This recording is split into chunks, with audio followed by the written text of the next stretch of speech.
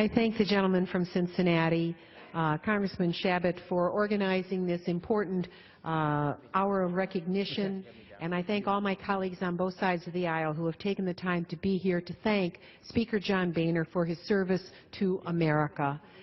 John has served the people of Ohio ably for well more than 2 decades, having begun his career in the Ohio legislature. But he has served here in the Congress now for more than 2 decades. And if we think about that period of time, we think about the various situations that he has faced as a member and then later as Speaker. Certainly, in the late 1990s, being part of a broad coalition to balance the budget, when President Clinton was president, and literally we were able to balance the budget by the end of the 1990s and begin paying back America's long-term debt. That all changed with the dawn of war in the 21st century, with the 9/11 attack on our country and subsequent military conflicts, and then the 2008-2009 economic crash, which we are still digging our way out of.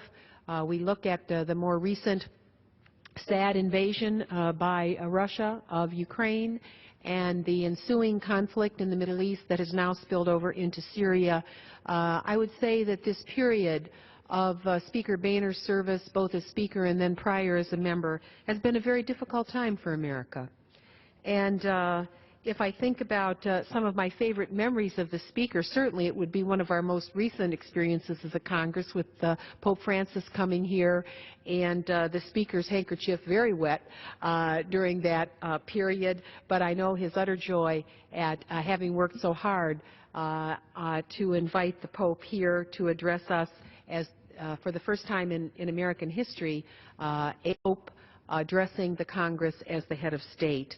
Another memory I have of the Speaker, and I think Congressman Shabbat shared this moment, was with Ohio State and the victors over here in the Speaker's lobby, over in the Rayburn room, all of us posing, Republican and Democrat alike, very proud of our Ohio Buckeyes, and some of our colleagues like Congressman Joyce handing out Buckeyes that his wife made to every member.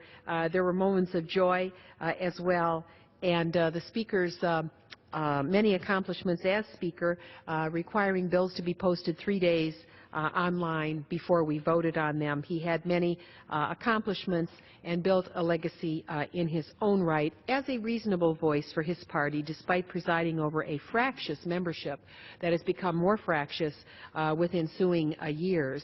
He consistently worked to find a way forward during a period as contentious as any in the history of this Congress that I recall, even when compromise seemed out of reach.